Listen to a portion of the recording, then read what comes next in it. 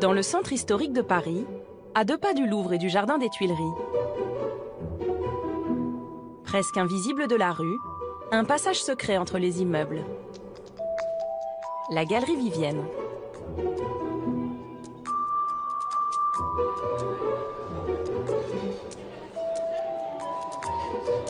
Il est midi, l'heure du coup de feu pour ce bistrot tenu par Christian et sa fille Agathe. 3 terrines à la 22 et une rillette. Il me manque une rillette. C'est le rush, hein. Ça peut être pire.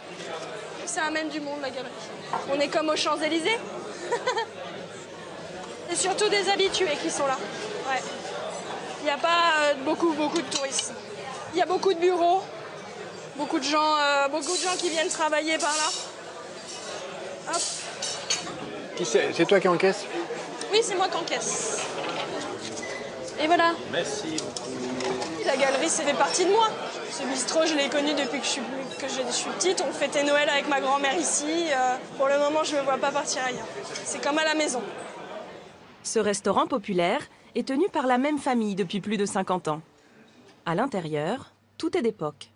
Du Sky, du Formica, rien n'a changé depuis les années 60, quand la mère de Christian était aux manettes. Voilà ma mère, qui est au comptoir.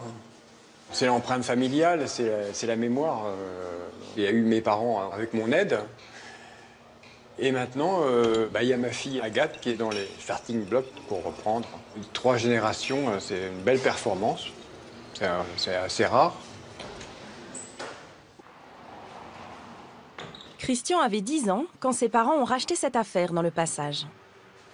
Je m'en lasse pas depuis que je suis gosse. C'était un peu mon terrain de jeu, quoi. Je me souviens, je faisais du patin à roulettes dans la galerie. C'était incomparable au niveau de la glisse par rapport au trottoir, par exemple. Bon, c'était interdit. J'avais la gardienne qui me guettait. Mais enfin bon, elle n'était pas si méchante. À l'époque, je regardais pas vraiment le décor. Vous savez, les gosses... Bon, c'est vrai que maintenant, je lève un peu la tête. C'est vrai que cette galerie, elle est belle. Je me sens privilégié d'être là, quoi. La Galerie Vivienne est l'un des 17 passages couverts qui subsistent dans la capitale. Tous construits sur la rive droite de la Seine, dans les quartiers riches, ils ont connu leur âge d'or au XIXe siècle. À l'époque, Paris est sale et boueux. Des architectes imaginent alors des rues coiffées d'une verrière pour permettre à la bourgeoisie de faire ses emplettes à l'abri du froid et de la pluie. C'est l'ancêtre de la galerie commerciale, une révolution. 2 siècles après leur construction, les passages, aujourd'hui inscrits monuments historiques, continuent de faire rêver. Comme ces futurs mariés, venus tout spécialement de Lille. En fait, on voulait un passage couvert. On trouvait ça vraiment le charme de Paris, tout ça, et c'est un peu magique. Donc, voilà. Un peu plus loin, dans l'aile nord de la Galerie Vivienne, une campagne de restauration exceptionnelle est en cours. Du faux bois, du faux marbre, toutes les peintures décoratives sont entièrement refaites du sol au plafond. Morgane est artisan d'art, spécialiste du trompe-l'œil. Alors, je suis en train de réaliser un faux bois. C'est du chêne moyen. Alors là, c'est l'ébauche. Le bois, ça se fait en 2 étapes. Il y a un ébauche, on peut appeler ça une sous-couche. Après, donc, je vais dessiner la ronce. Un travail minutieux qui va durer 3 mois pour redécorer l'ensemble de la galerie. C'est de la technique à l'enlever. C'est une gomme qui est coupée en biseau, tout simplement. Et avec ça, ça va me permettre de retirer la teinte, ce qui va dessiner la ronce du chêne. En fait, le bois, c'est comme une écriture. Une fois qu'on sait écrire d'une telle manière, le bois, c'est pareil. Et ma collègue est en train de faire un bois de fil pour donner juste le veinage du bois. Un chantier de plus de 800 000 €, supervisé par l'équipe de François Jeannot, architecte en chef des monuments historiques. Cet après-midi, ils doivent valider les derniers essais de couleurs sur les corniches. On est encore un peu trop brun, quoi. Il faudrait qu'on soit un petit peu plus rouge. Un peu dans l'esprit de ce qu'on avait vu donc dans le sol, là, hein. Notre démarche est une démarche archéologique. Donc on travaille sur les matériaux qui ont été mis en œuvre à la création de cette galerie. Voilà, on a différents sondages. Vous voyez l'épaisseur là, on a presque 3 mm hein, avec 20 couches de couleur. 20 couches. Donc effectivement, il y a un choix à faire. On a pris le parti de revenir aux teintes d'origine. Voilà. Donc la teinte d'origine, c'est celle qui est la première, hein, celle qui va être la plus profonde. Donc, pour la corniche, c'est brun-rouge. On a cette teinte qu'il faut qu'on arrive à trouver. Puis le reste, les pilastres, c'est ce faux marbre un peu orangé, enfin couleur pierre, quoi, hein, qui a été révélé par les sondages. Pour le socle, là aussi, on est parti pour celui qui est un petit peu maladroit par rapport à celui-là qui est tellement bien fait qu'on dirait vraiment de la pierre. C'est curieux à dire, mais les galeries commerçantes, il y avait quand même une rapidité dans l'exécution. Hein. Donc on a une certaine maladresse dans l'exécution. Et on voudrait retrouver dans ce qu'on fait aujourd'hui la maladresse qu'il y avait à l'origine. C'est l'esprit de ces galeries, donc voilà, c'est du clinquant en quelque sorte. Hein. Une architecture conçue à l'époque comme un écrin pour les boutiques. Aujourd'hui encore, une trentaine de magasins profitent de ce décor. Mais pas seulement. Certains ont le privilège d'habiter dans la galerie comme Sandrine, créatrice de mode. Au numéro 13, dans l'immeuble même où résida jadis un personnage haut en couleur. Alors ici, c'est un petit moment d'histoire, une anecdote au niveau de ce passage et cette galerie. C'est là où demeurait Vidocq quand il travaillait pour l'empereur. Eugène François Vidocq, un ancien bagnard, curieusement devenu chef d'une brigade de police de Paris. Parallèlement, il continua d'entretenir des relations troubles avec la pègre. Un homme au double visage, une vie rocambolesque, qui inspira plus tard nombre de romans, de films et de séries télé. C'était pour lui un beau repère, une belle vitrine dans la journée, et la nuit, il pouvait s'évader à l'autre bout de Paris en toute discrétion. Donc il y a plein de rumeurs qui courent au niveau de la cave, notamment, où vous pouvez rejoindre l'Opéra et d'autres endroits dans Paris, et il s'enfuyait en catimini, en toute discrétion. Voilà.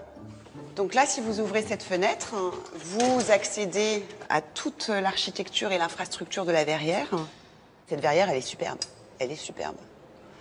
Et on a tous vu au niveau de nos appartements sur un bout de la verrière. C'est un peu la vie à l'espagnol, hein, parce qu'on est tous proches. Hein.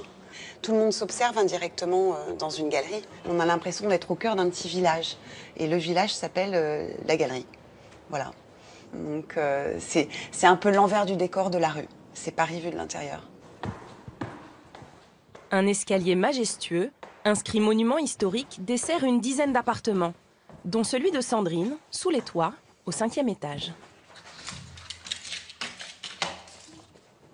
Alors là, on est dans le salon, on rentre en fait dans le salon, qui se positionne au-dessus de la cage d'escalier.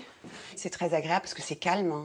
Ah non, on a aménagé au fil des années, parce qu'on aime bien chiner, on aime bien l'ancien, on est fanat de livres, de musique, et voilà, donc on a essayé de donner une âme, hein, mais notre âme, pas celle de la galerie à cet appartement, et c'est bien normal. Les habitants sont tous locataires.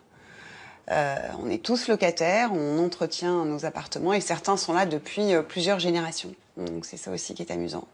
Et me concernant, enfin nous concernant, nous on est là depuis plus de 20 ans, près de 25 ans. Alors autre pièce à vivre, la cuisine. Et là encore c'est très spécifique, je pense, à ce genre d'appartement, c'est qu'on est au cœur de Paris, on a une grande cuisine. Volumineuse, qui est un régal, hein, et c'est pas donné à tout le monde d'avoir le piano de son grand-père dans une cuisine. Mais nous, on aime beaucoup cette idée d'avoir nos souvenirs qui nous suivent hein, dans un lieu qui est autant chargé d'histoire. Mais c'est bien agréable, c'est bien agréable. Pour 120 mètres carrés, Sandrine paye un loyer d'environ 2 000 €. Alors ici, on arrive sur la partie supérieure de cet appartement qui est en duplex.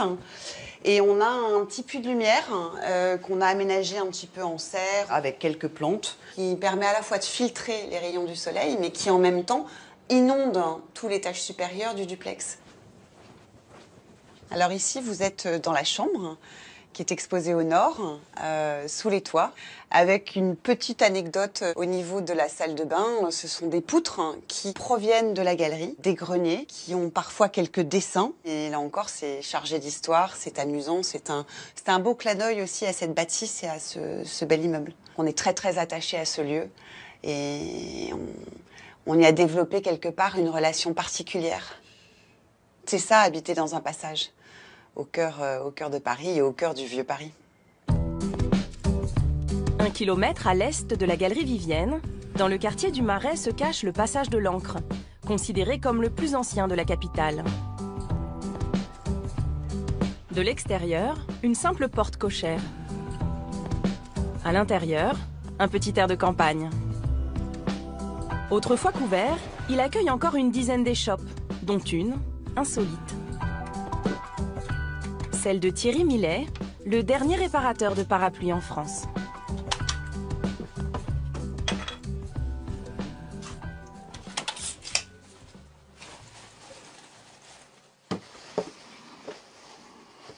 Ce sont des parapluies pour des professionnels qui vous demandent de les réparer pour leurs clients. Voilà, ça c'est un beau parapluie. Regardez comme c'est beau ça. C'est très joli petit sage. C'est un souvenir. Le prix ne compte pas. J'essaie de trouver une solution. Il y a plein de choses à refaire, donc on va le démonter puis on va remettre ça à l'aplomb. Dans le concept du parapluie, si on les fait réparer, c'est que d'une part, ça coûte moins cher que d'en racheter un neuf, donc sauf cas un peu exceptionnel. La seconde raison, c'est j'y tiens, c'est celui-là. Hein. Puis la troisième raison, c'est un parapluie que vous avez acheté qui n'est pas de bonne qualité que vous jetez, c'est pas recyclé un parapluie, on fait un trou dans la terre, on le met dedans. Chaque année en France, on fait un trou et on met 15 millions de parapluies. C'est intéressant comme concept, donc autant de réparer. Par contre, il faut trouver les pièces, ça c'est plus dur.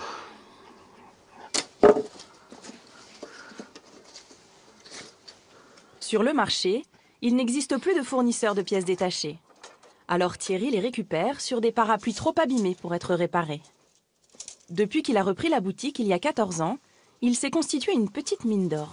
Je pense que ça devrait être bon. J'étais cadre dirigeant, puis je me suis retrouvé en recherche d'emploi, que je ne retrouvais rien. Trop beau, trop grand, trop petit, toujours un problème. Et un jour, une amie m'a dit, écoute Thierry, j'ai vu une affaire à reprendre, va voir, je t'ai vu dedans. Quand j'ai vu ça, je me suis dit, il y a quelque chose à faire. Enfin, on sentait les prémices de cette évolution sur le besoin d'arrêter de jeter. Enfin, c'est très, je vais dire tendance, mais c'est le bon sens. Une affaire qui marche. Thierry remet à neuf 8 à 10 000 pièces par an. Voilà, ce parapluie réparé. Magnifique, tout va bien. Mais parfois, les dégâts sont tels qu'il faut improviser. Là, j'ai un très beau parapluie. Et vous voyez, cette pièce-là est complètement fendue. Il faut vraiment que je refasse une pièce comme ça, au plus proche. Et je vais aller voir mon petit camarade qui est ébéniste, qui a un tour à bois. Et ça sera beau. On va essayer de se débrouiller. Let's go! Pour cette réparation spéciale, Thierry rejoint un artisan ébéniste qui travaille à 2 pas du passage de l'Ancre, dans le quartier des Halles, et qui lui aussi a pignon dans un passage. Et voilà, nous arrivons au passage du Bourg-l'Abbé. Là se trouve mon ami Lully. Une galerie restée dans son jus, qui abrite l'une des dernières menuiseries d'art de Paris. À sa tête, Yvan Lully. Comment vas-tu? Oui, Thierry. Là, mon grand. Ah bien, ouais. T'aurais pas un petit morceau de bois qu'on va tourner pour le faire? Oui, je t'en prie. Ah, ici, c'est une caverne d'Ali Baba, où il y a des bois de fou, on ne sait pas. Puis en plein Paris, vous êtes dans un petit atelier qui est magique. C'est une petite lumière, une petite verrière. Et puis, le lit, c'est un vrai pro quand même. Là, tu peux en faire 2. Un tout petit, oui, je voulais un petit morceau. Tous deux entretiennent un certain esprit de compagnonnage.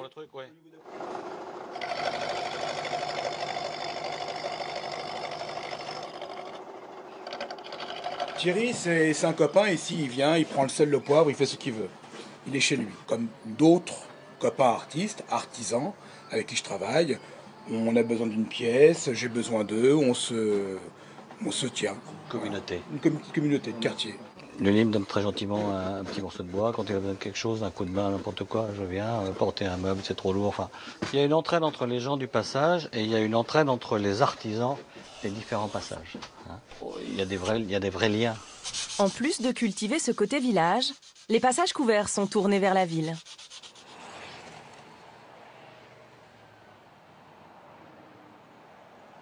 Le jour se lève à peine, dans le quartier de l'Opéra et sur les grands boulevards. Il est 7 heures, l'heure à laquelle les gardiens rouvrent les galeries. Les passages couverts sont des voies privées, fermées la nuit.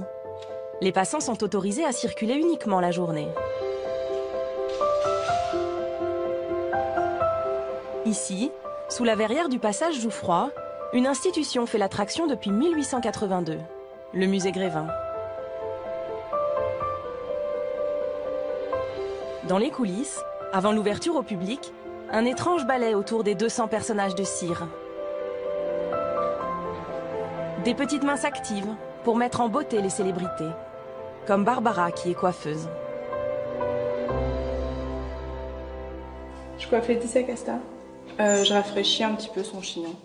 C'est un chignon un peu coiffé, décoiffé, dans l'esprit que veut la star.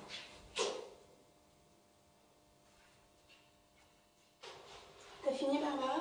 Ouais, c'est bon. Clémence, elle, est costumière.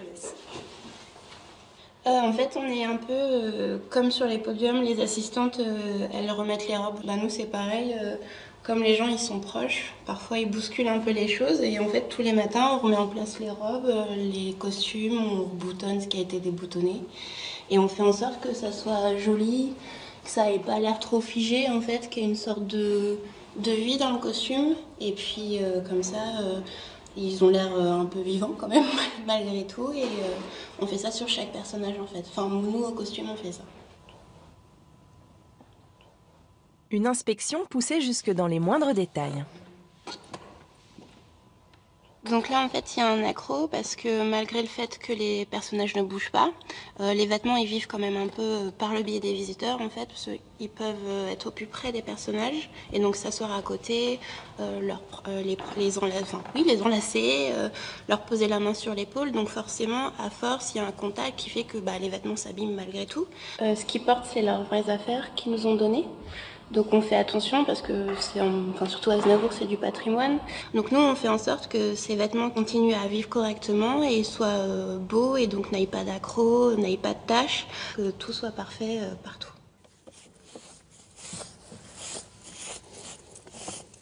Comme ils ne bougent pas, ils prennent un peu la poussière.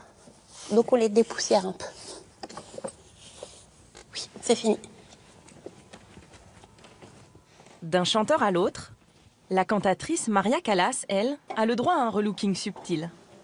Quand on fait des personnages, on doit faire en fonction de visuels, en fait, qui sont des images d'archives.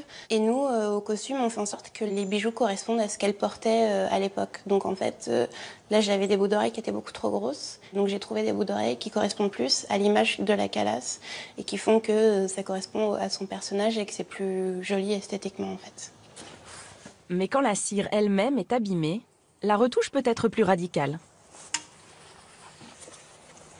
En fait, là, on change la tête parce que hier, il y a eu un petit accro et parfois, on a des doubles. Donc, Junio, ça fait partie des personnages où on a un double de tête, ce qui nous facilite les choses. Comme ça, s'il y a un accro, on a juste à changer la tête. Ou les mains. On a aussi des doubles de mains. En fait, ils sont en kit. Et on les assemble et on les désassemble. La réparation demandera plusieurs heures de travail et se fera sous les toits, dans les ateliers. La cire, c'est l'âme de Grévin. Il faut 6 mois pour fabriquer un personnage avec le même savoir-faire qu'au XIXe siècle. Le visage est entièrement modelé à la main par des artistes sculpteurs. Les cheveux implantés un à un pour rendre l'illusion parfaite. Eric est chargé des raccords maquillage en cas d'accident, comme ce matin avec Gérard Jugnot.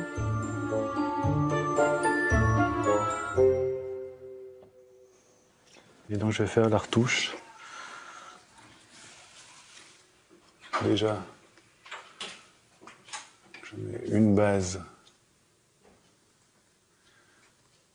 que je veux faire pénétrer dans la cire. Sur les cires, on peut travailler que à l'huile. Une autre peinture ne tiendrait pas, ça ferait pas un beau résultat pour avoir la transparence et la luminosité qu'on peut atteindre avec l'huile. Voilà. Et là, je fais juste un petit grain de peau sur son crâne. Et donc voilà, je pulvérise, je tapote juste un petit peu pour jeter des petites touches de peinture et avoir la matière.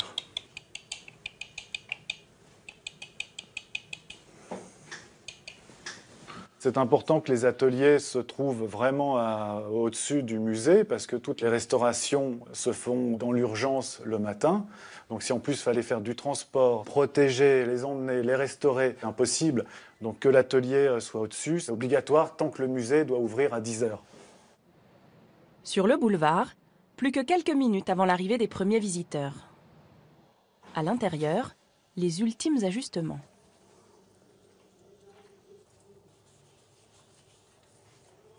Chaque année, les personnalités de Grévin attirent 700 000 curieux. En fait, les visiteurs, quand ils ont fini le parcours, ils sortent directement dans le passage Geoffroy. Donc, ils sont souvent étonnés d'arriver dans ce passage avec cette architecture particulière. Donc comme ça, il y a une espèce de transition qui n'est pas directe, ils ne reviennent pas à la réalité tout de suite. On reste dans un côté un peu parisien typique qui fait que les visiteurs, en fait, ils continuent la visite même en étant dehors. Un peu plus loin, dans le passage Jouffroy, au milieu des touristes, un photographe amoureux de la capitale. Gilles Targa prépare un livre sur les lieux cachés de Paris qui fera la part belle au passage. C'est jamais pareil. D'une minute sur l'autre, c'est jamais pareil. Graphiquement, c'est passionnant et c'est quand même quelque chose qui épate le monde entier. Ces passages couverts, c'est assez unique. Ce sont des lieux qui sont intemporels. Et on est dans un ressenti parisien qui est proche de ce qu'on peut lire dans Balzac ou dans Zola, qui renvoie à l'histoire de Paris, l'histoire de la littérature, l'histoire en général. C'est l'âme de Paris. Ce matin, il cherche des points de vue étonnants. Il a eu l'envie de découvrir le seul hôtel construit au cœur d'une galerie. L'hôtel Chopin, tenu par Marie-Lise. Bonjour, madame. Monsieur. L'hôtel donc est ouvert depuis 170 ans. C'est l'un des plus vieux hôtels de Paris, puisqu'il date de 1846, avant le développement des voies de chemin de fer. Il n'y a pas de serrure à la porte de l'hôtel. Il est ouvert 24 heures sur 24, 7 jours sur 7, depuis 1846. Il y a la chambre 310. D'accord.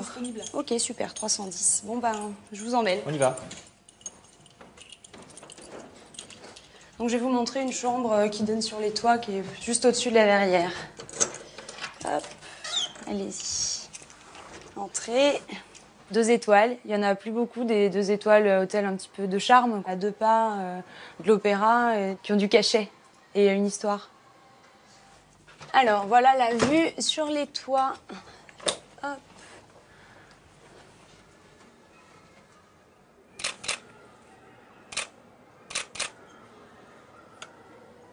Il y a un cadrage ici qui a tous les éléments graphiques qui me fascinent. On se rend bien compte que la verrière est extrêmement élaborée.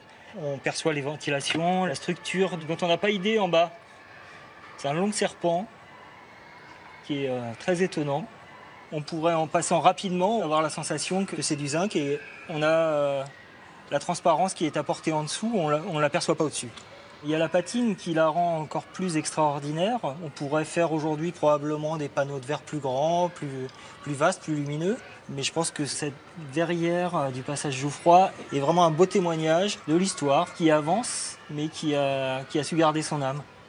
Photographier une verrière, c'est profiter de moments de lumière qui sont extrêmement fugaces, extrêmement changeants. J'ai parcouru des dizaines de fois, des centaines de fois ces passages qui jamais n'ont la même luminosité. C'est assez magique, c'est ça, c'est que c'est vraiment des moments uniques. Pour la suite de la séance photo, un endroit encore plus secret, dans les profondeurs de l'hôtel.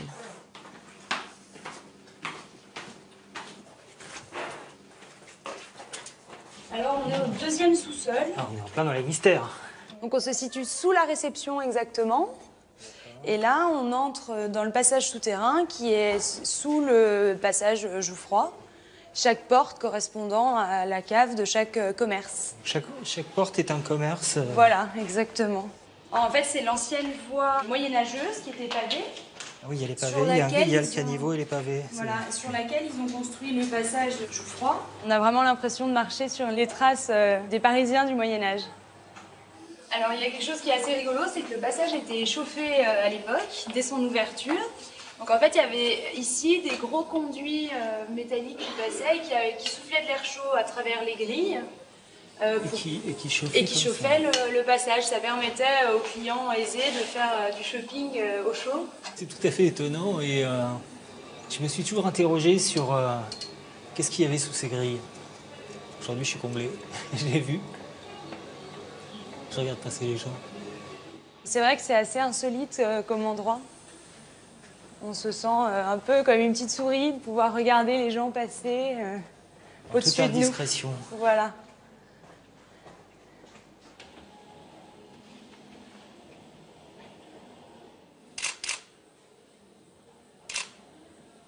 On voit bien la verrière au travers.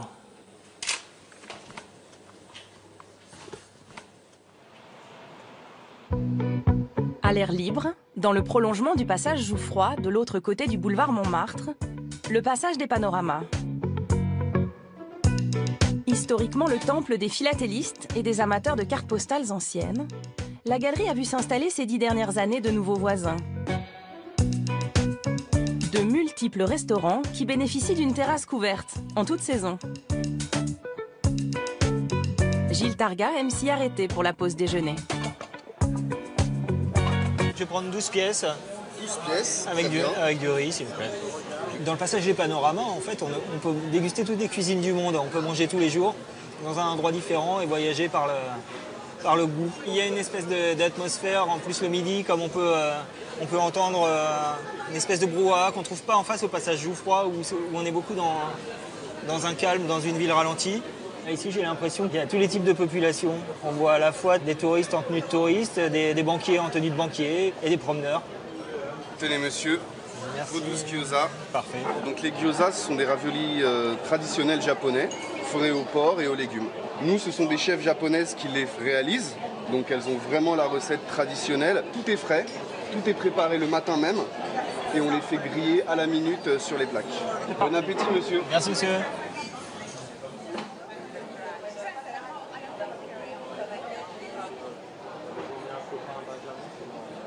La viande est très bonne, très bien épicée, c'est excellent. J'avais jamais goûté les gyoza. Voilà, c'est les heureux hasards du passage où on s'arrête, où on essaye quelque chose, on découvre et on est ravis. À l'écart des restaurants, une galerie adjacente. C'est là que se cache l'entrée des artistes d'un des plus grands et des plus vieux théâtres de Paris. Charlotte, Éric et Alexandre sont comédiens. Depuis une semaine, ils sont à l'affiche d'Eureka, une toute nouvelle pièce de boulevard au Théâtre des Variétés. Il y a une chose très agréable, c'est qu'on est protégé. Et on a ce sentiment, en rentrant ici, qu'on est un peu protégé du monde extérieur. Surtout, moi, j'ai l'impression qu'il va y avoir des crénolines, il y a des fiacres qui nous attendent, il y a des chapeaux de forme, il y a des messieurs avec des gros cigares. Mais ceci dit, toutes ces petites boutiques qui sont d'un autre temps, oui. Un peu comme quand on est sur les quais et qu'on voit les bouquinistes, ce qui n'existe nulle part ailleurs, en fait. Donc, il y a un côté d'un autre temps. Oui. On se met déjà dans une ambiance spéciale quand on rentre dans ces galeries. Avant de rentrer même dans le théâtre, on est dans ce monde un peu feutré, un peu hors du temps, un peu hors du monde. Et c'est une espèce de passage doux vers ce monde totalement hors du monde qu'est le théâtre. Alors là, et donc on a le temps de rentrer un peu dans nos personnages et dans cet univers-là. C'est pas mal, ça nous fait une espèce de passage. De passage. Je vous en prie. Merci. À l'intérieur, un théâtre à l'italienne de 800 places, avec ses 3 balcons, habillés d'or et de velours, classé monument historique. Construit en 1807, il a été entièrement restauré il y a 10 ans, avec un soin tout particulier pour ce lustre de 3 tonnes, tout en cristal. Le lieu a longtemps appartenu à Jean-Paul Belmondo et a vu jouer les plus grandes pièces de boulevard, avec des comédiens mythiques.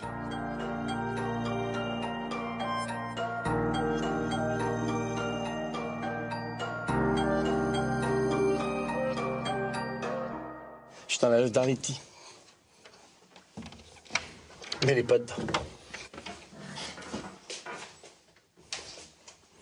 Bah moi j'ai le droit à Fernandel, donc voilà, c'est un immense artiste, c'est surtout un homme de music hall incroyable, qui avait une présence hallucinante. Et puis effectivement, quand on voit son nom, Pell Fernandel, ça fait quelque chose, quoi. C'est un peu la première fois que ça m'arrive, j'espère que ce sera pas la dernière. Sur scène, moins d'1 heure avant le début du spectacle, c'est le branle-bas de combat. Sous la direction de Ricardo, le régisseur du théâtre, le décor de l'après-midi doit laisser place à celui du soir. Allez, on va sortir le décor là. On installe le 19h. Voilà. On fait attention quand même de ne pas tout casser. On a en gros 40 minutes, 40-45 minutes pour tout changer. Tout est marqué, chaque chose à sa place. Et tout est marqué par terre, il y a des repères. Parce que la lumière, elle a été réglée par rapport à ça. Alors on met tout en place à chaque fois qu'on fait la mise, quoi. Hop là. Ici, c'est un théâtre où on a beaucoup de spectacles en même temps. On a 19h à 21h. Alors il faut toujours changer le décor en permanence, quoi. Et voilà. Ok.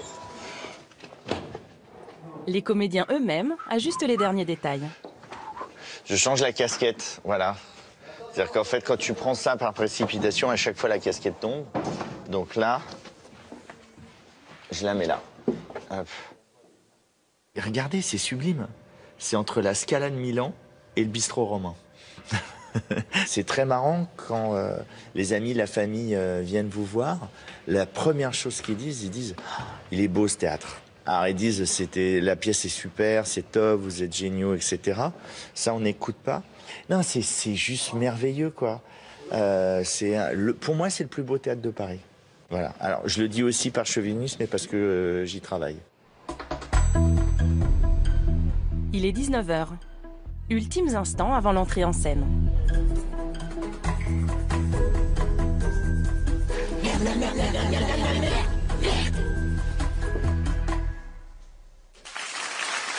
Chaque soir, la troupe perpétue la tradition du théâtre de boulevard qui faisait courir le tout Paris au XIXe siècle.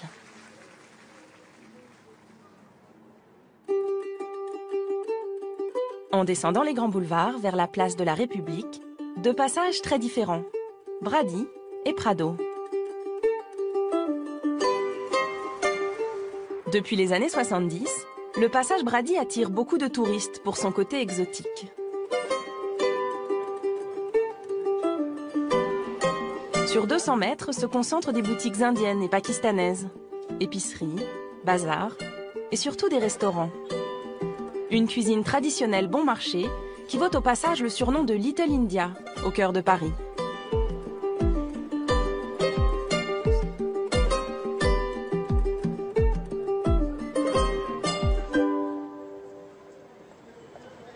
Deux rues plus loin, le passage du Prado est beaucoup moins connu. Il abrite essentiellement des salons de coiffure africains, une vingtaine collés les uns aux autres. Les clients viennent de toute l'Île-de-France, notamment les femmes, pour se faire poser des extensions, selon un savoir-faire unique que maîtrise Evelyne. Là, je fais des nattes pour poser un tissage. Un rajout, comme on dit en général. C'est pour avoir des longs cheveux.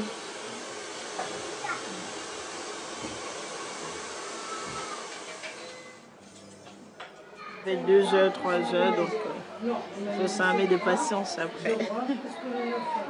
Elle a des doigts de fée. Elle coiffe bien, très bien. Donc c'est pourquoi je reviens tout le temps. Avant, j'avais des nattes. Des nattes africaines, ce qu'on appelle généralement les rastas.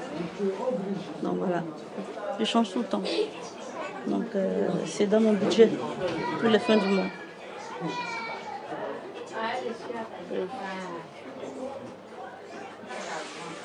Ce sont des rajouts, des cheveux indiens. Les cheveux indiens. Là, je fixe avec du fil et de l'aiguille.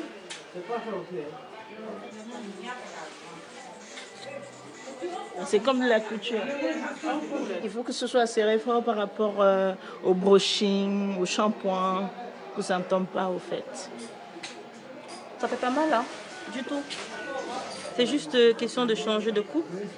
Et puis, avec l'arrivée de la fraîcheur, l'automne, hein, il fait un petit peu plus frais. Donc, du coup, avec des cheveux un petit peu plus longs, ça nous réchauffe. Et ça protège aussi nos vrais cheveux. La durée sur la tête, on peut le garder un mois. Parce qu'après, ça se détend en dessous. Il faut le refaire, les cheveux repoussent en dessous.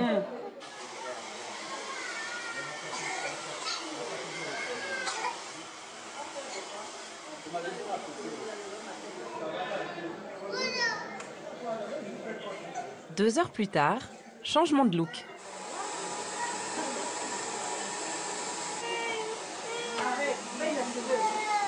Il faut compter une centaine d'euros pour les mèches de vrais cheveux et 30 euros pour la coiffeuse. Un peu plus au sud, dans le 3e arrondissement, le quartier du Sentier dédié à la confection textile. Ici, c'est l'Égypte qui s'invite à Paris.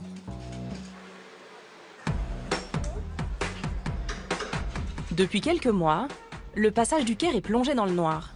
La verrière a disparu. À la place, un plafond de bois sur 400 mètres de long. Jean-Frédéric Grevet est architecte du patrimoine. Il vient contrôler l'avancée des travaux, la rénovation intégrale de la verrière, l'un des chantiers les plus techniques de sa carrière. Bonjour messieurs. Vous posez les plaques là aujourd'hui? Vous en avez fait combien là pour aujourd'hui? Une dizaine? La verrière ici était dans un état absolument catastrophique. Les verres étaient cassés, donc l'eau s'infiltrait bien sûr.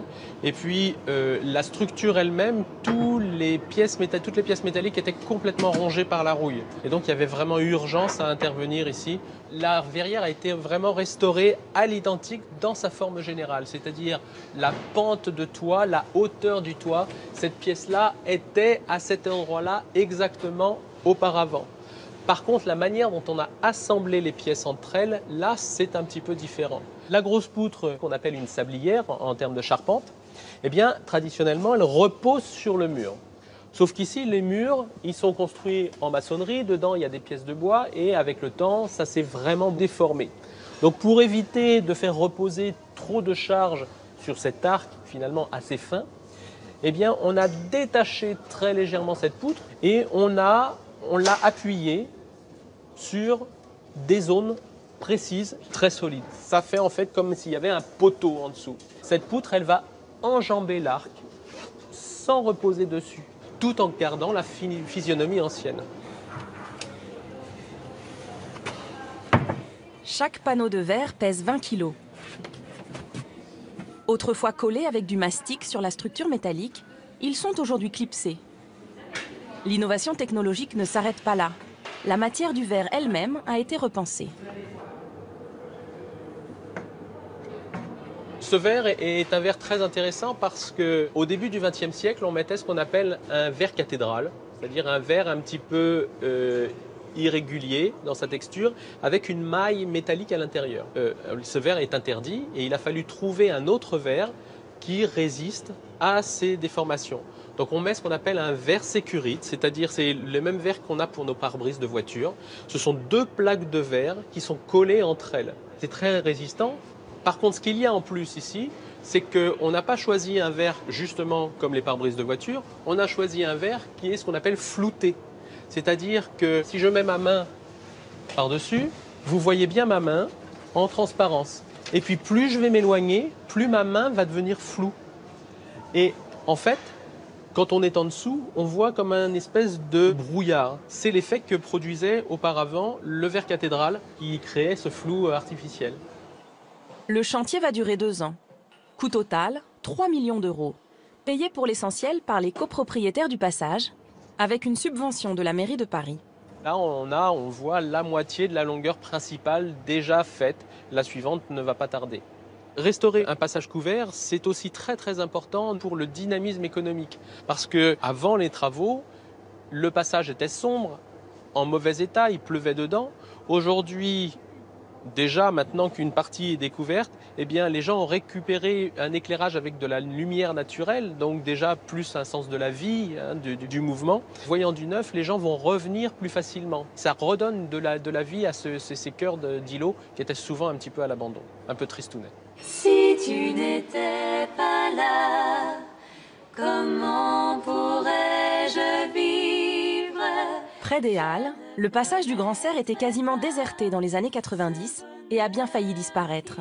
Entièrement rénové, il est aujourd'hui devenu chic et branché. Les projets que je fais, presque sans trêve. Même un soir sans te voir, je me frissonne. Tu reviens et soudain, plus de tristesse, car tu sais les passer d'une caresse. J'aime bien ce passage en fait et je leur ai dit, comme il y a un peu de vent et que le vent du coup c'est un peu bruyant pour de la cappella, j'ai dit bah, si on allait dans le passage avec la reverb ça peut être sympa et voilà, on s'est mis là. C'est drôle. Pour se démarquer des autres, le passage du Grand Cerf a trouvé son style, attiré des boutiques tendance, comme celle d'Adrien, un opticien spécialisé dans le vintage. Bonjour. Bonjour, qu'est-ce qui vous amène? J'aurais besoin de faire resserrer les lunettes. Oui, bien sûr, il n'y a pas de problème.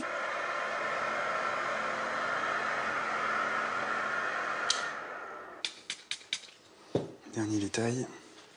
Et voilà. Merci. Nickel. Parfait. Au-delà des lunettes, tout ce qui est vintage, c'est vrai que je trouve qu'il y a un petit côté un peu unique. Que j'aime bien.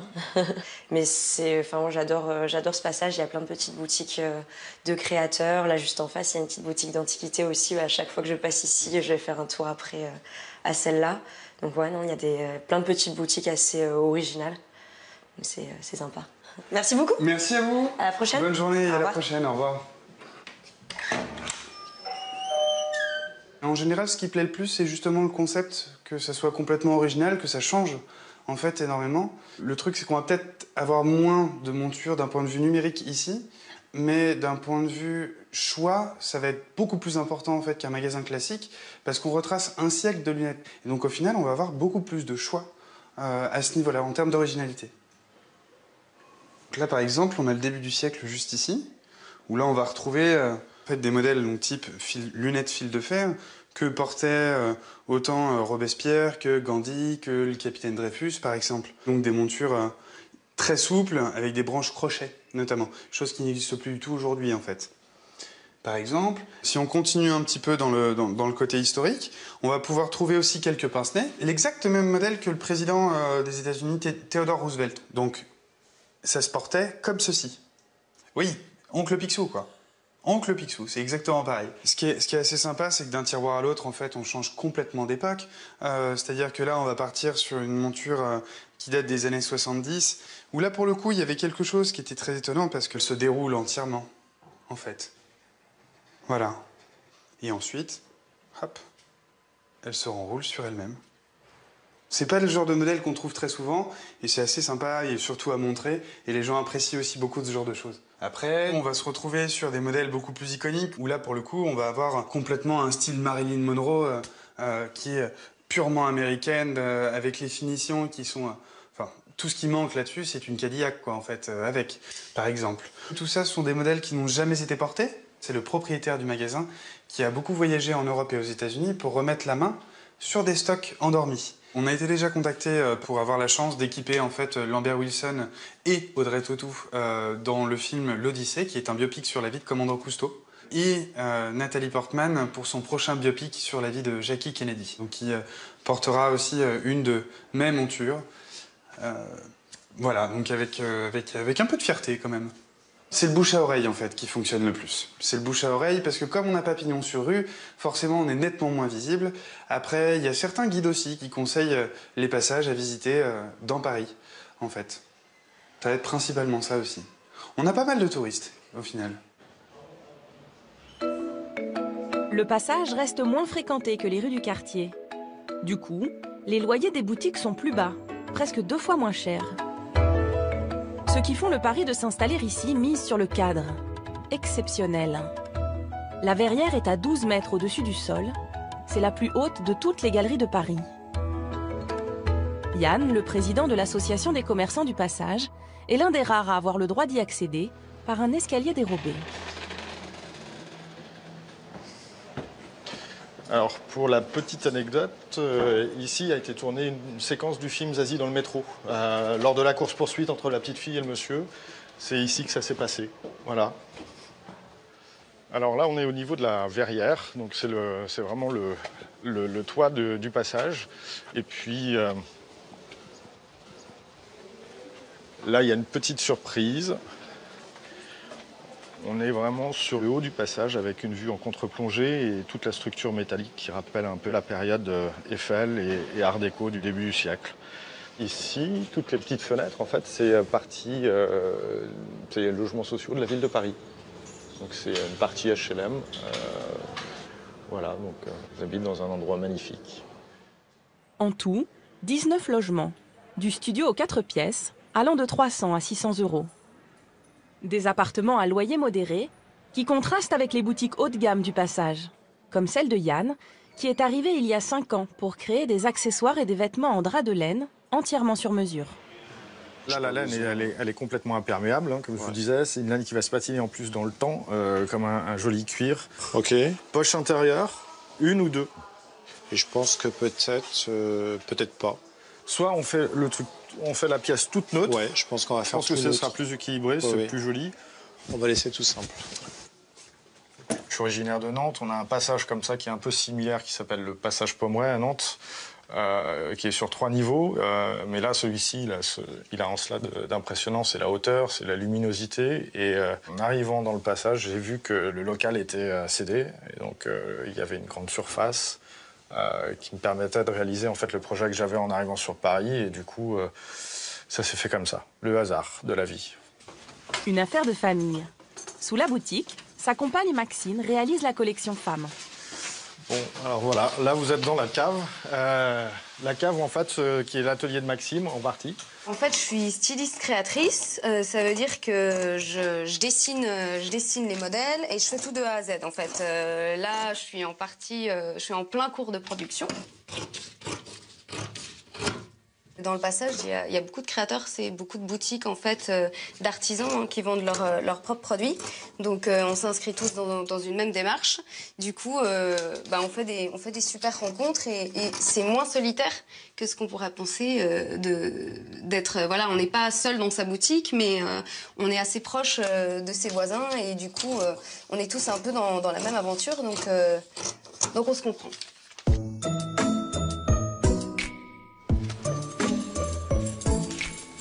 Il est 20 h.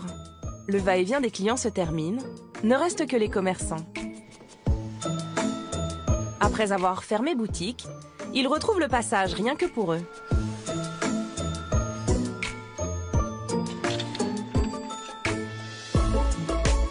Aujourd'hui, ils se réunissent tous pour fêter un heureux événement.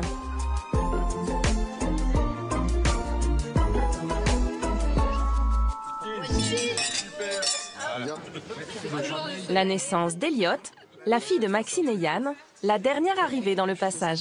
Comme une petite famille, en fait. Une grande famille. Grande famille, Grande ouais. famille. Ça s'agrandit. C'est vrai que c'est un peu, du coup, c'est un peu la mascotte parce que elle est pas mal là. On travaille ici, donc on s'organise quand même autour du lieu avec la petite, donc tout le monde la connaît bien. C'est toujours sympathique de se retrouver. Hein, mademoiselle? C'est comme un village. C'est plus sympa qu'un village. Mais c'est la maison. À l'écart du bruit de la capitale, des parenthèses hors du temps, insolites et poétiques. Vieux de 200 ans, les passages couverts ont gardé leur charme d'antan et continuent d'écrire leur histoire.